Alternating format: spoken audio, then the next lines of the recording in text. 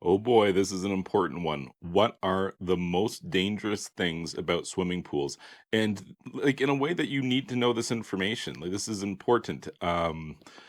And that's true for whether you own a swimming pool or you just use swimming pools. In fact, if you've ever even seen a swimming pool before, you had better watch this video because that, in a strange way, you might actually be able to relate to the number one most dangerous thing about swimming pools. And you're like, what are you talking about?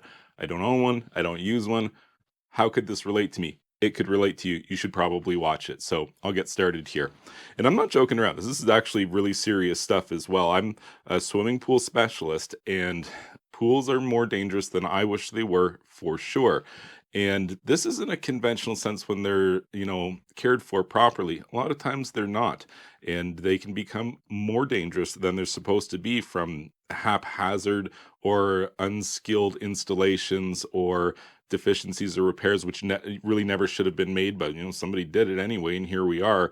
I mean, you see, as somebody who's spent over 30 years in the pool industry, let me tell you, the things I've seen, you cannot imagine. And there is absolutely, positively no way a reasonable, logical thinking person could foresee the things in which I have encountered.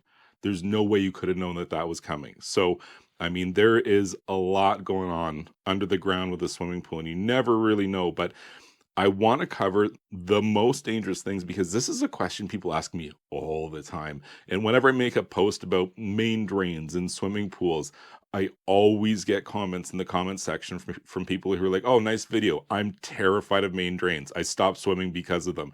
I've been afraid of them since I was a kid, like stuff like that. A lot of comments like that. So I don't know, maybe in a way this list will help you. Like knowledge is power, right? So you're going to learn more about how swimming pools are actually dangerous, and not in a going to scare you kind of way, but in a way that this is information that you should probably know. If you have any kind of concerns about the safety of swimming pools, how dangerous are they? In what ways are they dangerous? This is all information that I'm going to give you right now. So stay tuned. Here we go. Okay, so first of all, probably something that you're like, is it like the diving board? Is it the slide or the diving board? And it's not. It's not those things. And by and large, they're safe. I actually don't professionally endorse slides and diving boards because when I help people design pools, man, we're spending money like crazy. And slides and diving boards are very expensive items, and they do come with a host of considerations, like the pool has to be built to be able to suit them, and like minimum depth for a diving board, things like that. And there's so much money being spent. We could reallocate that somewhere else. But the truth is that when you follow the rules for like diving envelope and things like that, and you don't just get like a handyman to install it for you, but like maybe a pool specialist to install the equipment for you, then you're going to get like something pretty good. And if that's important to you, you should get it. And it doesn't have to be dangerous. And it's definitely nowhere near the top of the list of the most dangerous stuff. So, what else is not the most dangerous thing, but maybe you might think? What about like a slippery pool deck? Running, slipping, falling. It's concrete, it's hard. There's a big pool there you could roll into if you're unconscious. All kinds of danger associated with swimming pool decks, especially slippery ones, most especially stamped concrete pool decks. I love stamped concrete. Think it looks awesome. You can do so much cool stuff with it. Absolutely forget about getting it for a swimming pool deck. I don't care what you're going to say next in terms of, oh, well, we're going to use an aggressive stamp, or we're going to use this sealer that's got some grit in it, or all these other aftermarket solutions to add more tack and purchase to the surface. It's a pool deck. Could we name a thing that's more important to be slip resistant? I would struggle to do so. I don't know, your bathtub or something like that, your shower. So I would say just forget about that, and that's not a real priority when you're building a swimming pool. Put that money somewhere else. Get a broomed concrete pool deck. Like that's what has been the standard forever because of all that purchase and traction that you get. It's great. It's cheap too. So you're saving some money here. This is fantastic. And do the stamped concrete somewhere else. Even if you do it other places on your property, that's fine. But that immediate vicinity around a swimming pool, I don't like that. You don't want to put anything slippery there, and I see people doing that all the time and then immediately regretting it. See that all the time. So is that the most dangerous thing? Not even close. Not even close to the most dangerous thing. Moving on. Is it the lights? Like, is it electrocution? Like, electrocution hazard is absolutely a concern for swimming pools because there is a ton of poorly installed pool lights because I think a lot of like pool guys or pool people do repairs to pool lights, or maybe they install them because they're installing the whole pool. But these people aren't electricians, and not all of them have an appreciation for the fact that electrical work is its own animal and it should be left to the professionals indefinitely.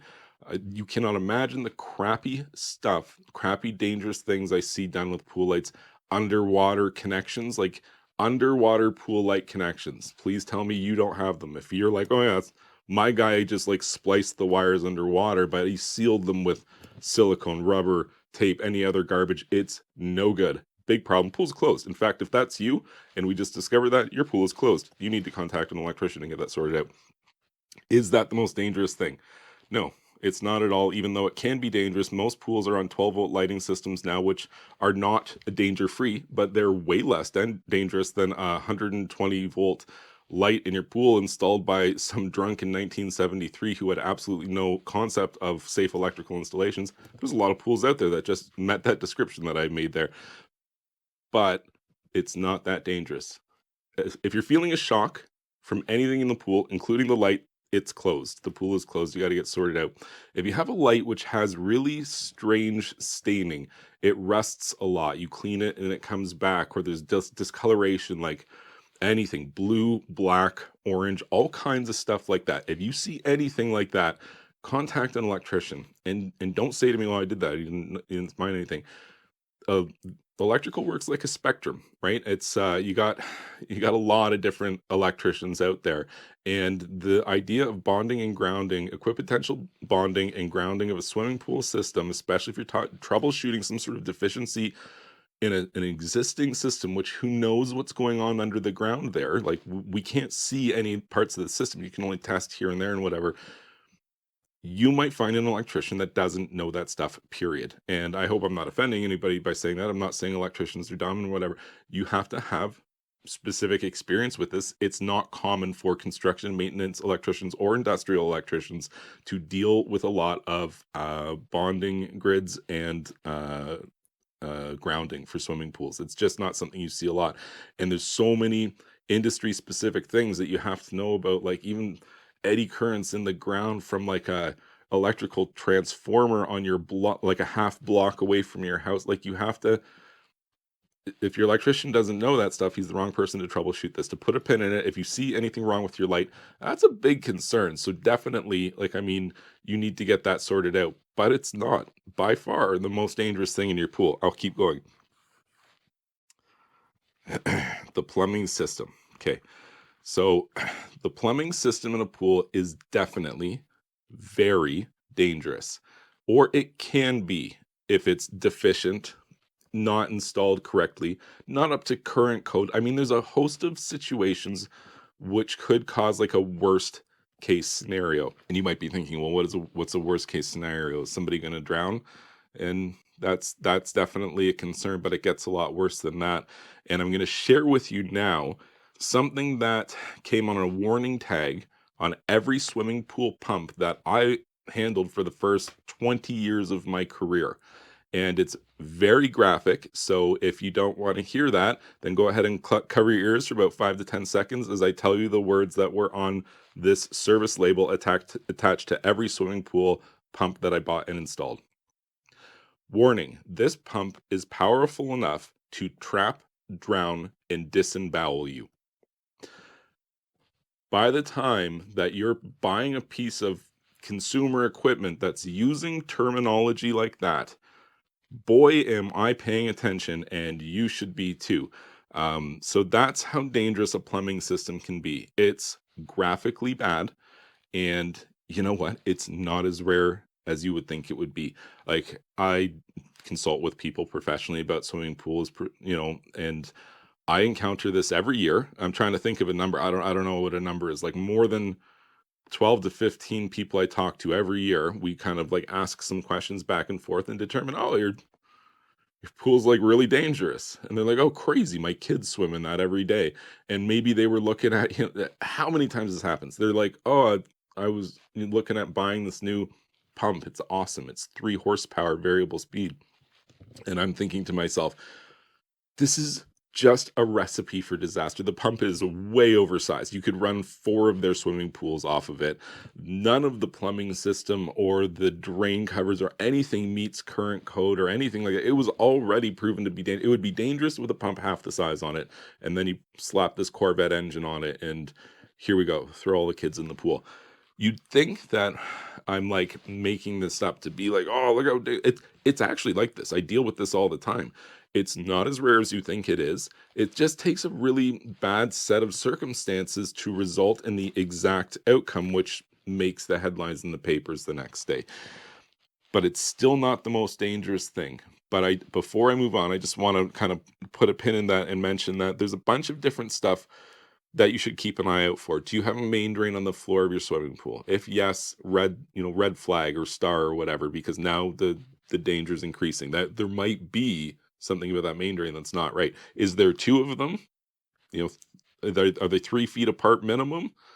That is an actual requirement. So I would want to see that. If you got 2 of them right next to each other, I don't like that. If you have 1, I don't like that, but it's not a guaranteed problem because it might be not a non-pressurized equalizer line for your skimmer. Very common with vinyl liner swimming pools.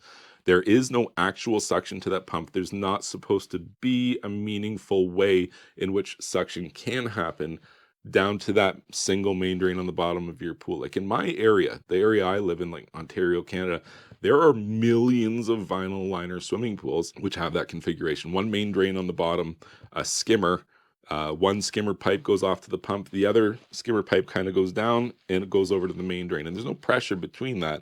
But if the water level drops below the mouth of the skimmer, the pump's not going to lose prime and draw air because it's the skimmer's still receiving water through that equalizer line and up through the bottom of the skimmer. What happens if you put a float valve inside of that skimmer, which is effectively isolates and makes that main drain live? It is a part you can buy off the internet.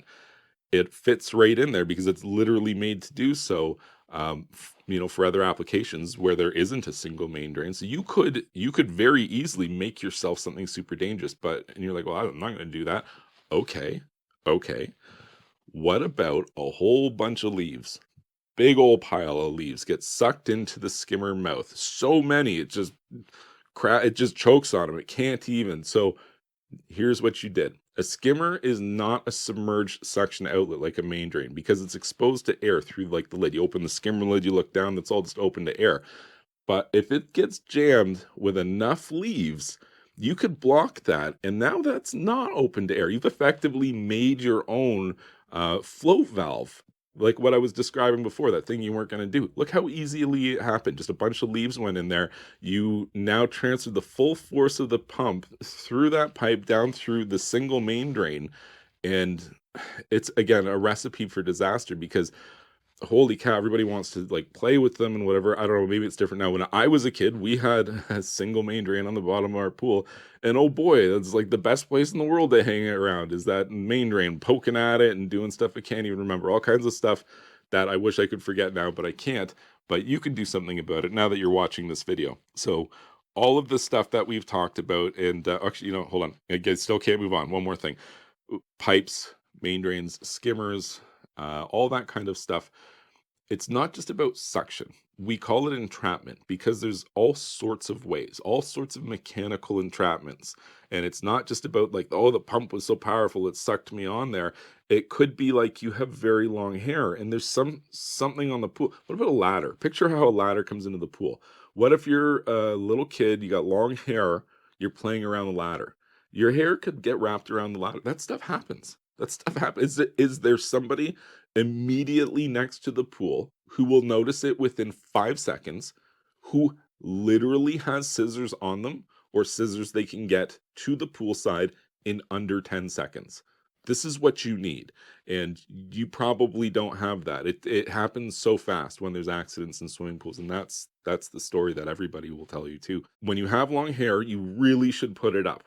That's the truth. I mean, I'm bald, easy for me to say. I know it's not fun or comfortable or sexy looking or anything like that, but long hair, I think, is one of the most dangerous things in a swimming pool. And that might be news to you. And if it is, you should pay heed and be careful and put your hair up and just be aware this is an issue. Being aware that this is an issue puts you so far ahead.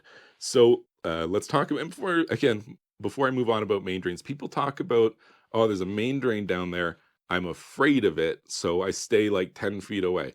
That's good. You don't have to be 10 feet away. They're not like in a Hollywood movie where you're swimming away as hard as you can, and it's dragging you close. That's not how it works. That's not it. Basically, and I'll don't do not tempt fate and go playing around with anything, but I will describe what it feels like so you know, because again, knowledge is power.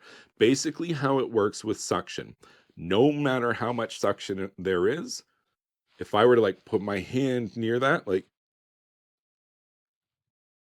well, I don't feel anything at all. I don't feel any flow at all.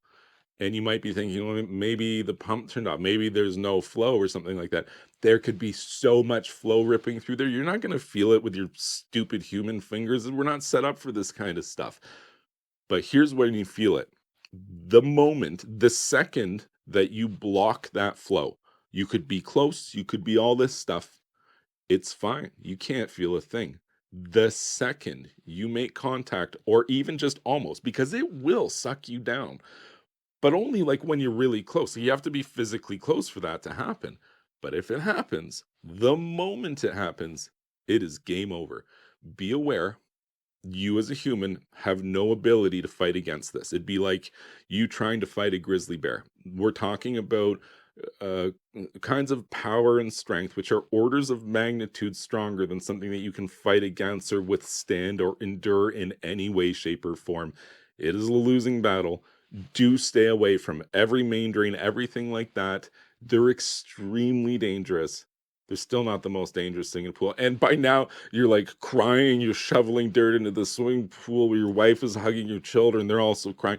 Look, I'm doing this because I want you to learn, right? And the more you know about how swimming pools are dangerous, the more you can know about how to make them safer, how to be safer around them, how to conduct yourself in a way that's appropriate for the potentially dangerous environment that a swimming pool is. Things like chemistry, people take it for granted. It drives me nuts.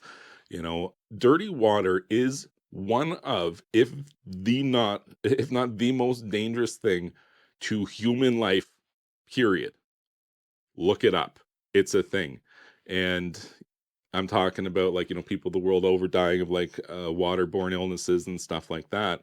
And you're like, oh, yeah, no, that's a lot of people. But that's over in like undeveloped countries, right? Like if you take those numbers into consideration, like, of course, yeah, the water's really dangerous. And I say to you, like, well, we have stagnant water in your swimming pool. It's not like a fresh, free flowing lake or river or ocean.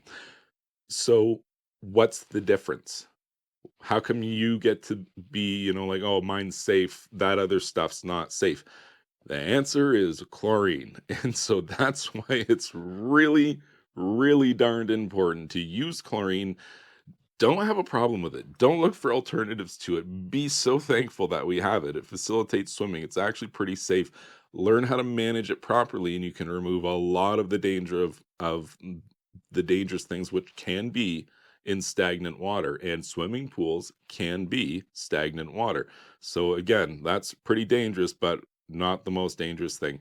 And I'm going to wrap this up right now, guys, by telling you what the most dangerous thing about swimming pools are. And I hope you don't find it anticlimactic, because it probably will be a little bit. And for the people who have nothing to do with swimming pools and have been watching this whole thing, I'm really impressed with you for being here this whole time. But the truth is that you actually could have something to do with this. The most dangerous thing about swimming pools, and the thing that you would teach somebody, if I had 100 swimming pool technicians and it's their first day on the job and everybody showed up ready for work, Steve, what's up? The first thing that I'm going to teach them is like, okay, we're going to go to the swimming pool. First, we'll open the access to the swimming pool. Everybody stop. The first major point And like something you will immediately fire somebody over for forgetting to do is restricting access to the swimming pool. Unrestricted access to a swimming pool is by far the most dangerous thing about a swimming pool. And that's why almost no swimming pools. Like, I mean, maybe you live in a lawless land wherever you are out there in YouTubeville, but every place that I know about has laws and real strict ones about restricting access to swimming pools. And it's because it's so important. Because if you leave the gate open and somebody can just amble in, child, pet, neighbor, teenagers, like whatever, it's your responsibility as a swimming pool owner to shut that down. If I were walking by, like if just as a person, I'm walking down the street and I look over and I see like a gate open, a swimming pool right there, and I don't know, for some magic reason, I know that there's not a guy like working on it around the corner that I can't see. Like, I would intervene. I would close the gate. I would like knock on the door and be like, "Hey, like somebody's gonna drown in your pool, you should close that." Or like, let's say you see a build site for a swimming pool and it's just wide open, great big gaping hole in the ground, rebar sticking everywhere, no fence, nothing like that.